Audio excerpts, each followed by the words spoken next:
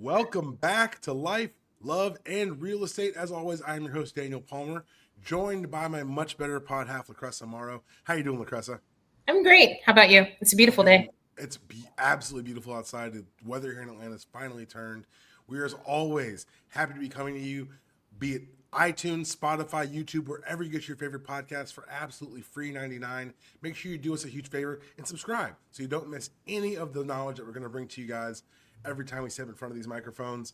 Very excited, like you mentioned, the weather is finally changing. It's cooled down here in Atlanta a little bit. We've got the changing of leaves. This is my, full disclosure, favorite time of year. I know you've mentioned it before. Yes, it is your favorite time. It, I'm more of a spring, summer gal, but yeah, fall is I, cool. I I respect your desire to sweat. That's I have cool. no Here problems. I can throw on some jeans and like a nice hoodie or a nice button up. I feel prepared. I'm ready to go. And more than anything, having my son has made this even more exciting for me because the last month has just been daddy spooky. Daddy spooky. Anytime it gets dark outside, and now that daylight savings is happening, It's early. It's getting dark while he's awake. So it's daddy, no, it's spooky. I'm like, it's not spooky, buddy. And watching him kind of overcome those fears. But it's interesting because now, like, we had the whole season of Halloween. I can celebrate Halloween all season. We got pumpkins everywhere. How do I convince a toddler that the excitement of it waiting for Thanksgiving is just as exciting as the actuality of Halloween? I think I may have a loss here.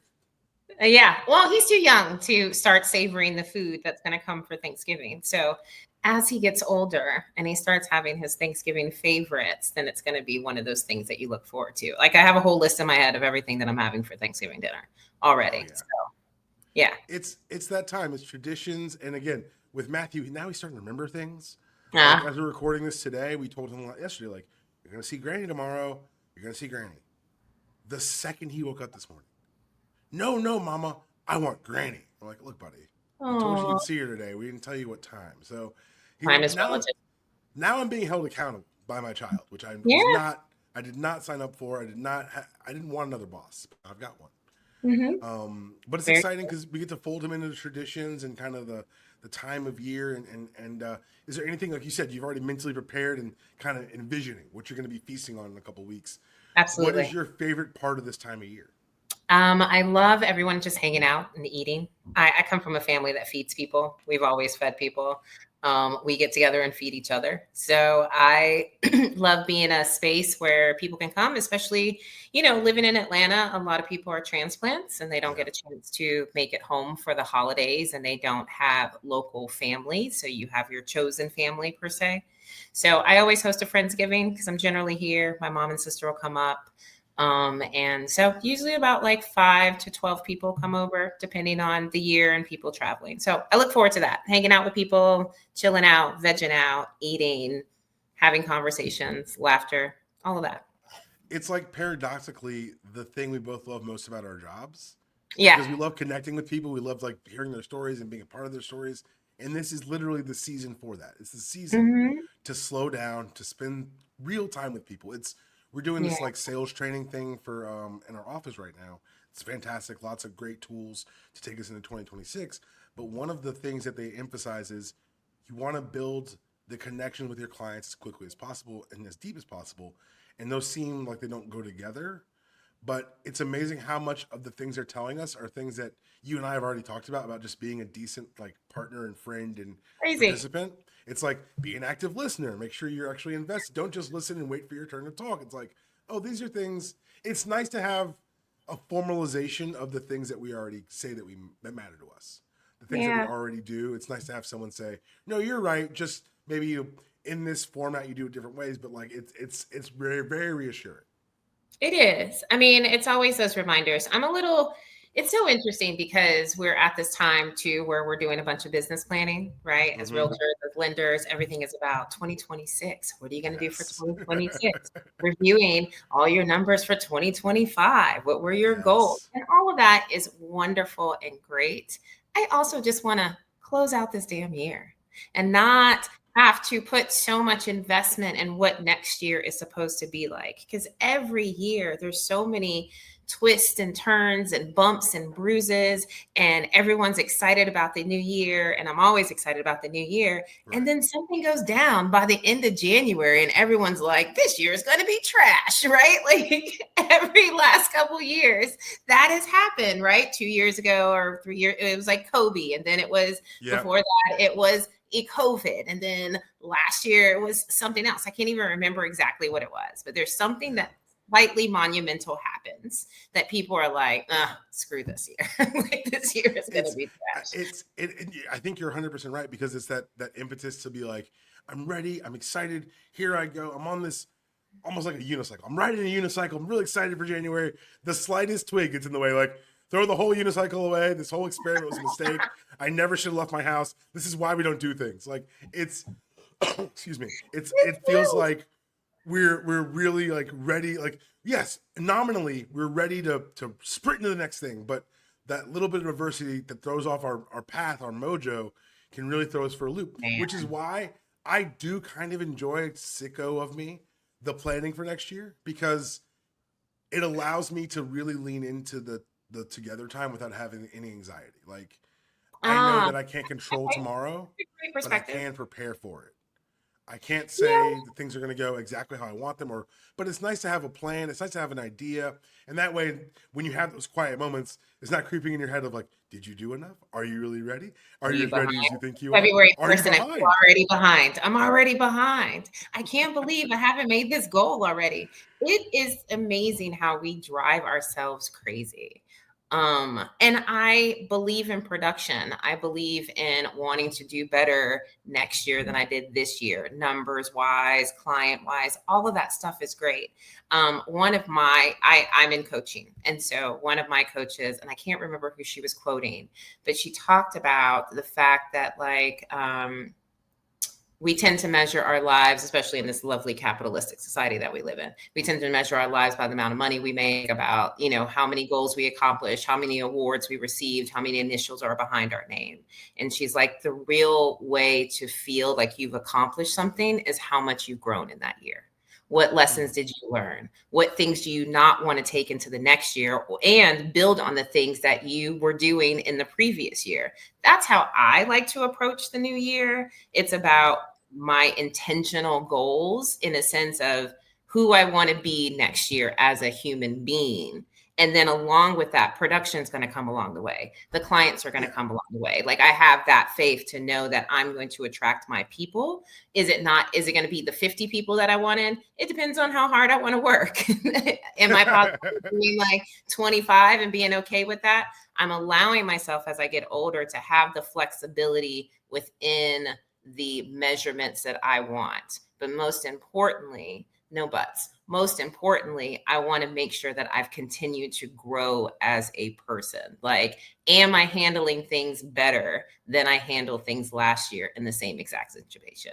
That's my intention for the new year. I can write the scripts, I can do the goals, I can do all of that stuff, but I am not a rule follower in that sense. And so even when I write it down, I'm like, it's a suggestion. It's not a rule. And I love those people who make it as a rule for themselves. I have just learned to give it a little bit of looseness, because life is always lifing, and I need to be able to call audibles and still know that I can enjoy the life that I'm creating for myself, even if I don't reach this measurable goal. Right.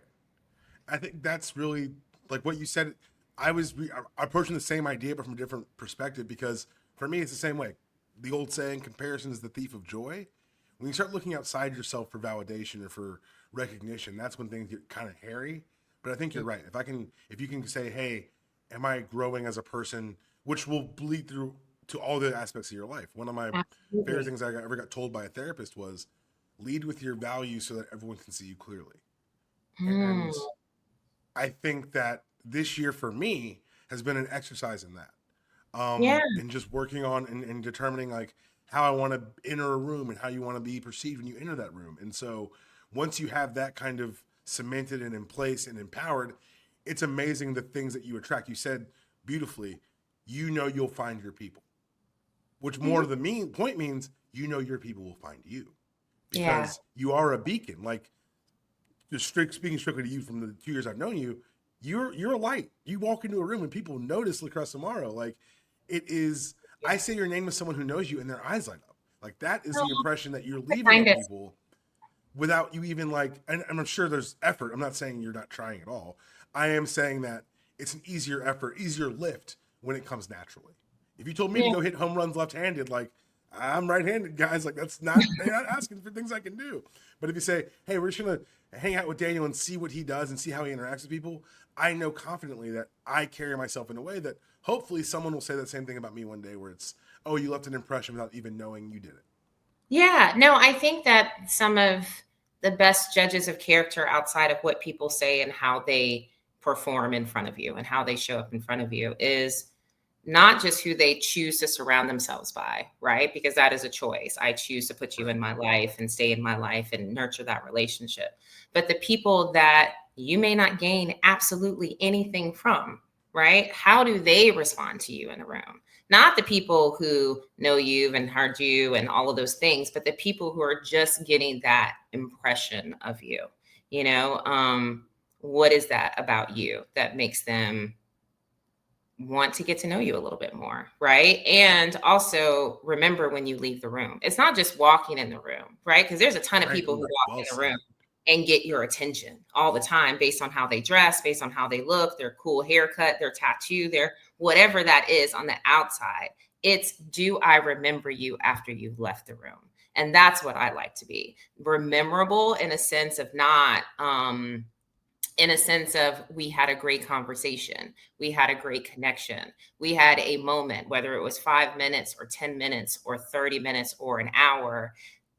Did we have that? Right? Because that's what's memorable. The person who walks in the room is a flashy, shiny little bulb, and the Yeah. next person who walks in the room is going to be another flashy, shiny bulb, right? It's how do you move in the room, and then how do you leave the room when you left? That's wow, beautifully said. Do you have anything that you do for your clients kind of as you go into the fourth quarter? I know people are like, I send out, oh, I can't even think of anything funny to say here because everyone sends everything. Do you have anything kind of client outreach or touch back in the fourth quarter that you'd like to do to set up for 2026? I mean, every year it varies. You know, I like to give out treats around the holidays, and so I'll drop off little gift things of like nuggets and cookies and candy and whatever else, and leave my card just to say, hey, I've been thinking about you. I hope you're well. That's always kind of just generally what I've done. It depends on if it's around Thanksgiving or if it's around Yeah. Christmas. Traditionally, as a business model for the last probably like 4 or 5 years. And this was introduced to me by another friend in the industry. Instead of doing holiday parties, because people are so bombarded with holiday parties, we're going to Yes. have our holiday party. If you have a spouse or a partner, they have a holiday party, and then their friends of friends have holiday parties, and you're being dragged around for the first 2 weeks of December to all of these places that you may not necessarily want to go, but to show 100%. up because it's the holidays and that's what you're supposed to do, be excited about the holiday. So I feel like people get a little burned out, especially preparing for the holiday for themselves, let alone having to entertain a bunch of people. So I like to do New Year's kickoffs. How do you want to set off your new year? No one's doing anything in January except for restricting themselves from things that they didn't want to do the year And before. paying those bills from December. Right, exactly. So I like to do a New Year's kickoff. So I'll send some messages. I might drop off some treats at your door. But I tend to not bother people around the holidays except for to say, hey, there's a little something at the door for you because I was just thinking about you and I hope you enjoy your holiday. That's just me. I try to be And a I little think intimate. that's so cool because our industries, both of them, are so forward facing. It's like, what's the next deal? What's the next client? What's the Mhm. next month's revenue look like? It's so nice to be able to look back and say, let me appreciate the people who I've worked with before. So, like for example, last time we talked, I talked about Harry and the fantastic closing I had with him and his wife buying back their Yeah. home. I called Harry this week. I was like, Harry, how are you doing? And we chatted, talked for a second, and I said, Harry, I love your story. Would you do me a favor? And if I came down to your house next week, can we sit around for a couple hours and you just tell me your story on camera? He said, why do you want to do that? I said, because I think, honestly, one, I like hanging out with you, but two, I want to show people what's possible. I want to show other people. I think his story is a beacon to other people. And then he was like, well, I don't know. Like, I'll bring a couple beers. There'll be a tripod, some microphones. You won't even notice it. Like, we're just going to chat. He said, "Oh, let's try that." So I had the beers. I know I get to sell. But also this year is the first year where I'm going to be doing my own little small mortgage team's outreach for all our old clients this year. One of whom is a producer here. Right. And we're going to be just reaching out in the next coming weeks, see if we collect any clothes or for a clothes drive. And that Oh, way it is, I don't have to do as much, but I can I do give get you to a reconnect suggestion with my about that, clients. by the Please, way? I'm taking it. I'm literally So, like, we started talking about it yesterday. so one of the things, and only because I've been in this particular Yeah. situation, not a situation, but you know what I mean. So around my birthday or around New Year's, whenever we do our New Year's kickoff, we always do some type of drive with it. And then generally last year, like for my birthday, I did a sneaker drive. So come enjoy some drinks with me, help me celebrate 47, and bring sneakers. And how I came up with that idea is that I was at Homegrown having breakfast one morning, sitting at the bar, and you know how we are, we chat up everybody Yeah. next to us. My mom's like, "You're always course. talking to people. Why are you always talking to people?" But yes, so once again, I'm talking to people. And a gentleman was sitting next to me. His name is Michael, and he runs the shelter in East Atlanta Village. And so Okay. when he mentioned that, I was like, started picking his brain. Like, this is what I've done in the past. I did a coat drive before, and dropped off coats at the Mission in January, which is a perfect time for that as well. Yeah. And he says people will just start gathering things that they don't want, right? They're purging for the holidays, and they start gathering things, and they just drop them off at a Goodwill or at wherever. Yeah. But a lot of that stuff is not things that homeless people need. Okay. So those are great stuff for like Goodwill and things like that, and people can go shop at a discount and stuff like that. But as far as like people with no money and no means, he said the average homeless person walks about 3 miles a day. Can you imagine that? The average homeless person walks about 3 miles a day. And so they go through pairs of shoes so much. Yeah. Then on top of that, people are willing to donate things like pants and shirts and stuff like that. What they don't get, clean underwear, Shoes. Oh, underwear. Okay. clean undershirts, right? Bathing material where you don't have to take a shower, where you can, so washcloths with soap, something, or a bath wash so they can just wash themselves down. So real practical things. I want to think about real practical things that people need that most people don't donate, because you Right can't on. donate underwear. You're not donating used socks, right? Right. So those types of things. So just think about that when it comes to collecting stuff, and then it allows you can be a little bit more intentional with helping people with what they actually need. Sleeping bags, blankets, anything that they can help create shelter with. Those are specific needs of homeless people. Yes, they do need clothes, but people donate clothes all the time. People Right. Right. donate Right. pants You got all to the fill the time. gaps. You got to fill the gaps now. Yeah, fill the gaps. Exactly. Women need diapers, women need sanitary napkins, people need formula, those types of things that are so costly, and are not just given away. And this is my obligatory mention. Hopefully, by the time this is posted, this is all wrong, and I can be an idiot on the internet. But as of this recording, SNAP benefits have still been suspended across this country. There are lots of different ways to give locally. You can give food. More importantly, these places need money, because then they can direct exactly what they need to buy for their clients. The Ingles near myself and Annie has a thing out front where it's a $5 bag of food. You donate extra $5 when you buy your groceries. They'll put that bag of food into the donation bin. It goes to where it's supposed to go. I had to buy something for dinner last night. Went in there, bought my $5 extra bag, had them put it in the bin for me. It was like, look, it's not thoughtless. It is a low effort, high impact thing you can do. And so Absolutely. just another reminder, I know we did this last episode, but 30 days later, we're still happening. So do what you can, give what you can. If you're in a position to be of assistance, this is literally the time of year to be of assistance. Don't just be thankful for things you've gotten. Be able to be the reason someone else is thankful for the season as well. Also, too, not only is it being affected by SNAP benefits, healthcare costs going up, right? There are people being laid off right now. I am talking to the agents that I coach who had clients that they have been working with for, 30 days to 90 days to help them prepare for homeownership. And as they're preparing for homeownership, they've gotten laid off.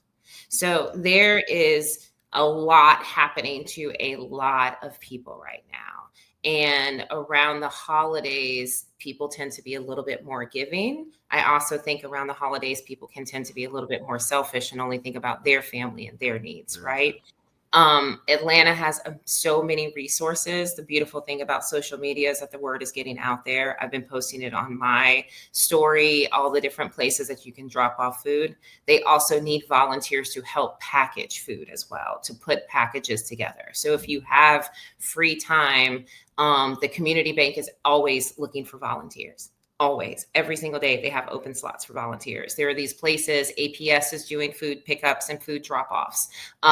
At the end of the day, they still need humans to help put those things together. So I love donate as much as you can, whether it's food or goods or money. And also, if you have time, your physical presence there is also going to help people. And it shows people that they're being supported by people in their community as well, not just these nonprofit organizations that this is their job and what they do. Volunteers are needed.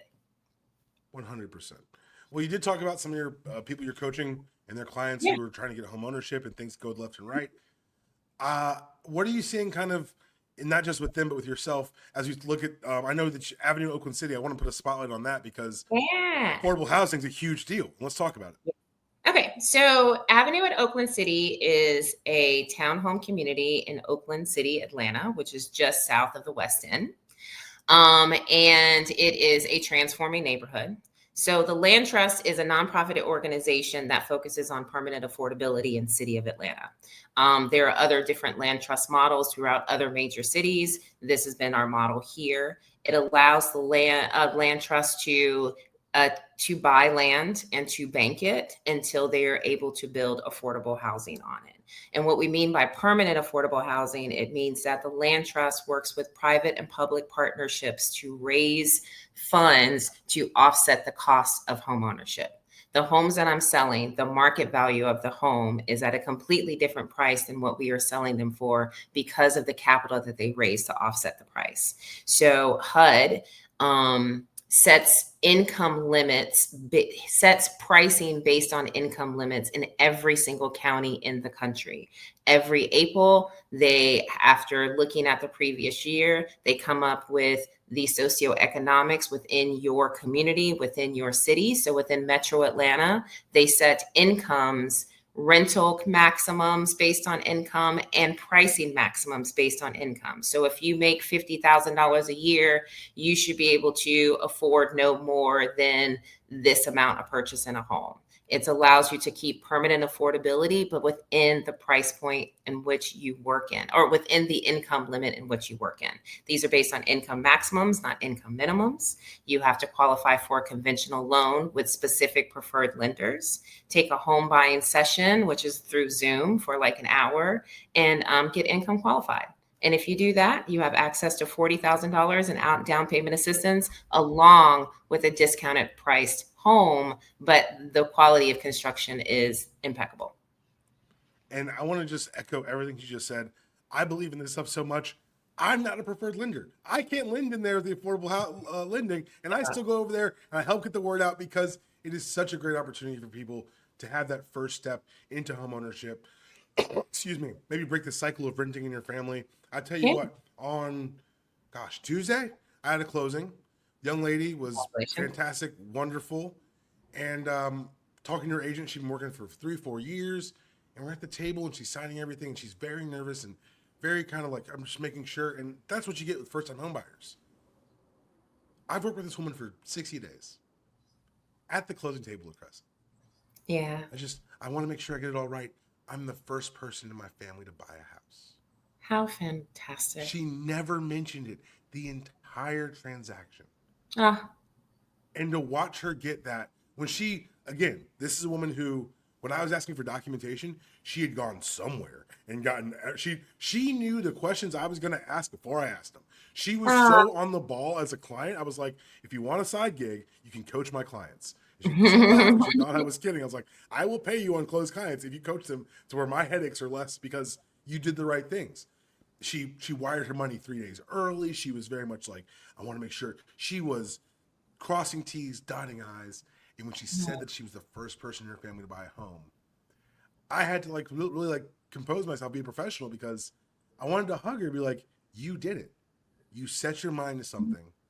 You determined the steps to take to get there, and you made it happen. And for that to occur before Thanksgiving, before she's like, I'm gonna try to get moved in before December 1st. I said, don't rush. It's a 30-year mortgage. And we laughed and laughed, but her life had been leading to this point. And what's exciting to me is that I hope she left the room on that signing day knowing that she didn't end anything. She began something. She started something new.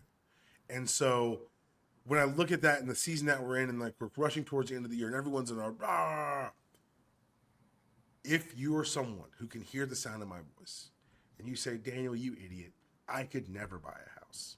You might be right. I might be an idiot, but I'm also right that you can buy a house. Absolutely. So let's have the conversation. Let's have that positive visualization going into 2026, going into the end of the year. Reach out to me to LaCressa today. Say, hey, I'm thinking about investing in myself next year. What are the first steps I need to take? That's that phone call, that outreach. Let's both of us know that at the very least you're somewhat serious, and we're going to treat you as seriously as you treat the situation. We're going to help you in every. This morning, I had a young lady who's trying to get her first home, and I told her the numbers last night. She came back to me and had broken down her entire debt to income ratio. I was like, well, my calculations, here's what I should. And I was like, I called her. I was like, I appreciate the effort and work you put in. And I had to educate her about mortgage calculators you find on the internet and how they're not the most accurate. But I was able to get her updated numbers. I was like, look, hey, you're right. Here's what the numbers look like. Here's where we are. Here's why we're where we are. And then I explained that my policy is never to max out someone's pre-approval, because I don't want you to get into a house. I want you to live in a house. I don't want you to own a house. I want you to enjoy a home. I don't want you to say, oh, we pushed our DTI to 56. Why is it so hard every month? Because you pushed your DTI to 56. Like, I want you to be comfortable and happy and secure in this home. I don't want you to say, damn, I wish Daniel had warned me. Nah, my job is to help you get into the home that you want. I will say along the way, here are my advice. Here's what I would do. Here's what I think you should do to plan for your next transaction. But if you say, hey, I want to put down a 20% on an FHA, and you won't listen to me, what you shouldn't, I can't stop you. I will do what I'm asked. But at the same time, I want you guys to know there are resources out there. We are resources. We want to see you get no home. Conversely, another closing yesterday. This closing was one of the smart selves. One of the it's a loan where they're buying a rental property, and as long as that property is bringing in more income than the mortgage payment, we don't look at income. We don't look at tax returns. We make sure you have 15% down. Oh, it's beautiful. It's an investor. I would definitely love to talk about that. Yeah. And I have invested right now, but also I just need to know this for myself. But that is brilliant. 100%. It's a fantastic. Guess what, LaCressa? The rate is lower than conventional investment purchases. That's insane. That's insane. But it's to a circle lower back rate than conventional. What you were talking about with the person talking, and saying that you want them to be able to afford their home, and you want to be able to live comfortably in their home, because being house poor is not cute, and nobody wants to hang out at someone's house when they're house poor. Let me tell you, you feel like you sound furniture like is not cute. But I just got a new client per se. They just got pre-approved, and we haven't started looking at homes yet, but we just had a conversation, and we're about to circle back with each other. And I remember talking to them. First-time home buyers, couple. They're not married yet, but they would like to be married before they buy their home. Buy their home before they're married. And so we talked about working together, working individually, kind of all that stuff that we go through. And I was like, what is a comfortable monthly payment for you? And they said 25 to 32. And I said, what is a comfortable monthly payment for you? You didn't answer my question. You gave me a range, which is fantastic. It lets me know as a realtor that you're willing to spend a little bit more if you find something that's worth it. But I need you to answer the question that I asked you. What is the most, if everything worked out the way it's supposed to, what is the comfortable monthly payment that you're looking to have? And they're like, we want to stay around 25. Okay, so we're going to start at 25. You're going to tell your lender, this is where I want my payment to be. Like, you're going to guide your lender. Like, yes, you get pre-approved with your lender, and they're to advise you about the numbers and whatever loan type you qualify and stuff. But as a consumer, you are empowered to tell the lender, hey, I know I can technically afford up to this, but I am most comfortable at this. What does that look like? And I promise you, it helps Daniel and any other Very lender much. because they're going to qualify you for what you qualify for. At the same time, if you are being more proactive and say, hey, this is what I want to qualify for, what does those numbers look like? Then let's start there. Give yourself a cushion, a soft place to land. And if we need to push it a little bit, we can push it a little bit. I don't want you starting at the top end and then everything below that becomes disappointing because you Right. focused on the high end number, stretching yourself to a maximum when you want life to get easy, not to get harder for you. The whole point of a home to me is security and safety, not holy shit, I have to work 3 extra jobs now because I need to afford this house. And I want the heat on, please. Right, No, we exactly. talked about at the very beginning, refining our processes and being more secure in everything we do. One of the big steps in my process, the first question I ask after I do a very, here I'm Daniel Palmer and all that fun stuff. Um, I'm not a robot. Here's who I am. I ask, what are you paying right now a month in rent? And they tell me the number. And then I say, how does that feel at the end of the month? Such great questions. Because they will say, how much am I qualified for? And I will say, well, we established that you feel comfortable with this number. Here's what that equates to. And then I'm always honest. You have room, technically, to afford more house. However, if we're going off of the numbers that you set up or you said you feel comfortable, let's talk about how comfortable you feel. Are you, because spoiler alert, at this point, I've got access to your assets probably. I've seen your savings history. I've seen what you do every month. I can see the money going in and coming out. So when I say, what does comfortable really mean? Does it mean, oh, I could probably swing $200 or $300 more one way or the other? That may not move your DTI a lot. But if you say, hey, Daniel, I want to add $1,000 to my monthly commitment on my housing costs, we need to have a lifestyle conversation about how that's going to change everything else. Yeah. Because if you're spending more than you are right now on rent, on a mortgage, of course that may happen because you're investing in yourself. But if it's an exorbitant amount, your lifestyle might need to change. You know what I don't do anymore, LaCressa? What's Go out that? to dinner. That's I haven't because you been have a out to wife and dinner, kid. but That's the it's key. also it's all well not. But I'm just saying not even like on a line item financial place. My life changed when I Yeah, was it in is. my 20s or when we first bought our first house. We were going out all the time, into the city all the time, seeing our friends, going to dinners. Most of my money now for meals is groceries. I'm working from Yeah. home today. I warmed up ribs that I cooked last weekend for lunch. That is a cost saving measure because someone's got to eat these ribs, and it's my burden to do so. It is your But burden. You gladly take it on. Yeah, no, it's the your sacrifices we make. your lifestyle can change or it will honestly most of the time stay the same, right? Exactly. If you like eating out, you're still going to eat out. You might eat out less than you have before. So instead of 7 days a week, you might have gone down to 5 days a week, but you're still going to be eating out the majority of the time. Yep. You know, if you like to go on vacations, you're going to be miserable in your home if you can't afford to go on vacation, even though you have this beautiful home. So your lifestyle is extremely important, and you have to be honest about what you are truly willing to change versus wishful thinking. Because I'm going to challenge things that I think is wishful thinking. I'm going to ask you, do you cook? I need a cook's kitchen. Oh, awesome. You bake all the time? No. Okay, so what are we talking about here? Like, what are we talking about? I need Okay, room so for my dining. what's your job title technically? I'm a realtor. Is it long? Yeah. Okay. So people see me on the street like, oh, what do you do for a living? The short answer is always loan officer. But the reality of it is, as you guys are hearing us talk about this, my job title is technically loan consultant. Her Yeah. title is technically real estate advisor because we're Yeah. not Oh, that's nice. going to That's a sit nice ring here. to it.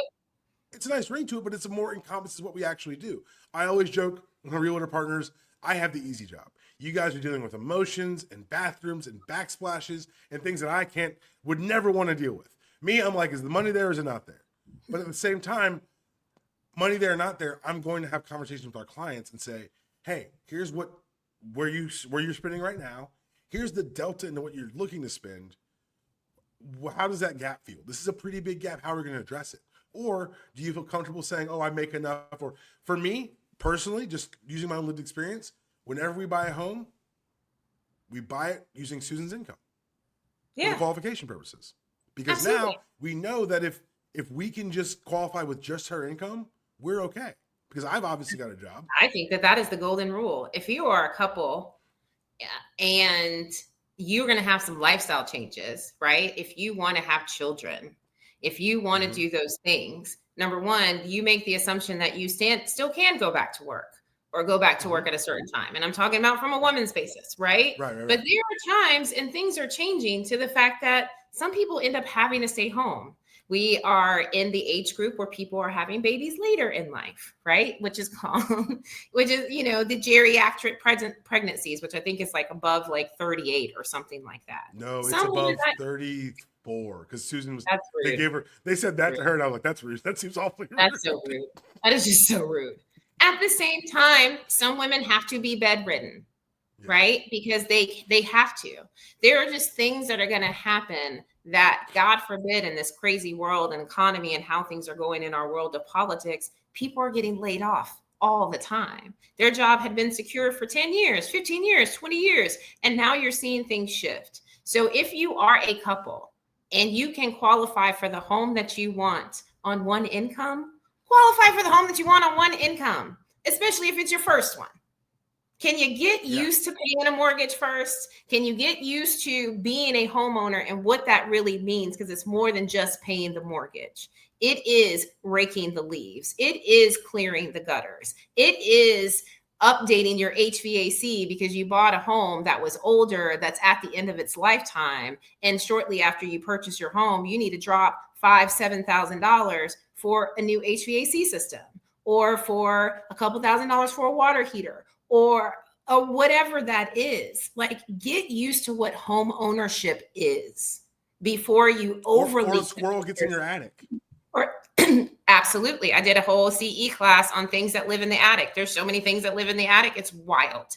And give yourself a little bit of a landing. Give yourself a little bit of cushion. Give yourself a little bit of time. Allow you to take that second income to pay down debt, to build whatever funds you need to build for yourself so you can take a step back and know that this is just the first home. If it's your third home or your, whatever, and this is your forever home, go all in if that's what you want. But if this is your first home, I need to get you what you need right now that you can afford in the most comfortable way based on the income that you're making now. So when you start making more money, it gets even easier and better for you. But to max yourself out with two incomes on your top end, and then God forbid life's the way that it does, now you're dealing with life's issues. And how can I pay this mortgage when it's based on two incomes and I don't have two incomes now? Give yourself a break. Build a home you can live in, not build a home you can worry about. Yeah. And it is goes back to what we talked about at the very beginning. It's like, do you want to say, oh, I've got this thing? Or do you want to say, I'm enjoying this home. I'm loving my life right now? Because a lot depends on that. Because it's not like, oh, hey, you didn't make your mortgage payment, it's going to be okay. There are things in place that are very injurious to you on a long-term basis. And so for me, so I can sleep at night, I like to make sure my clients are fully informed on the levels that they've exposed themselves to. Because you're right, when things go wrong in this house or the other house, we don't have to start selling TVs or PlayStations or anything like that. Like we figured out and kind of put ourselves in a place where we can absorb those hits. Or not have heat. And now I have to use a space heater in my bedroom and then in the kitchen. Or there's so many things that come up, right? And also energy costs are going up every year. And so I know that you're focused Georgia. Good election, Georgia, for the record. Good election, Georgia. I mean, we had some great wins though. So we can talk about that another time. Huge wins. Yes. At the same, you have to be able to heat and cool the home too. So if you are maxed out on what you can afford for the home because you're so focused on the total monthly payment and your mortgage payment that you haven't figured out that you still got to heat and cool it. And so you wanted that 2,500 square foot space that was completely open. It's really expensive to heat and cool a 2,500 square foot place that's completely open than it is a place that is a little bit more boxed off, and you can throw a space heater in a room and heat up that room for a minute because things are a little slim that month. Like, there's just so many different things that will affect your lifestyle, and it's not just the monthly payment. It's not And just that's the why, monthly once again, I am Daniel Palmer, loan consultant. Great This is close, LaCressa sir. Morrow, Wrap it real up. estate advisor. And I love we're that, here at actually. Life Loving Real Yeah, Estate to run make with it. all of this make a little bit more sense for you. LaCressa, tell everyone where they can find you. LaCressa Morrow. I'm at Keller Williams in town, Atlanta. LAC Sells ATL is my Instagram handle. I know I've said this before, but honestly, if you just Google LaCressa Morrow, my information will pop up. My number's been the same forever. I've been doing this for 20 years. So find me. You'll find me. Facebook, Instagram, TikTok, YouTube. I'm around. She is around. I'm Daniel Palmer with I'm Shelter Home around. Mortgage. Anything you guys need in the home ownership space, let us know. Reach out. Daniel Palmer. You can follow me on Instagram, Daniel Palmer Mortgages. You can also follow my sports podcast. If you don't want to hear me talk about this, I talk about sports. UD Pod 66 is the YouTube channel, Unanimous Decision Podcast. That was your show, guys. We'll be back after Thanksgiving because we're going to enjoy that and enjoy our families, enjoy the fellowship, and I'm going to see how much sweet potato pie I can actually eat in one sitting. All right. You guys have a great one. Oh, please. Come on. We'll talk about that later. We'll talk to you guys later. Have a great rest of your week. Have a wonderful one. Bye.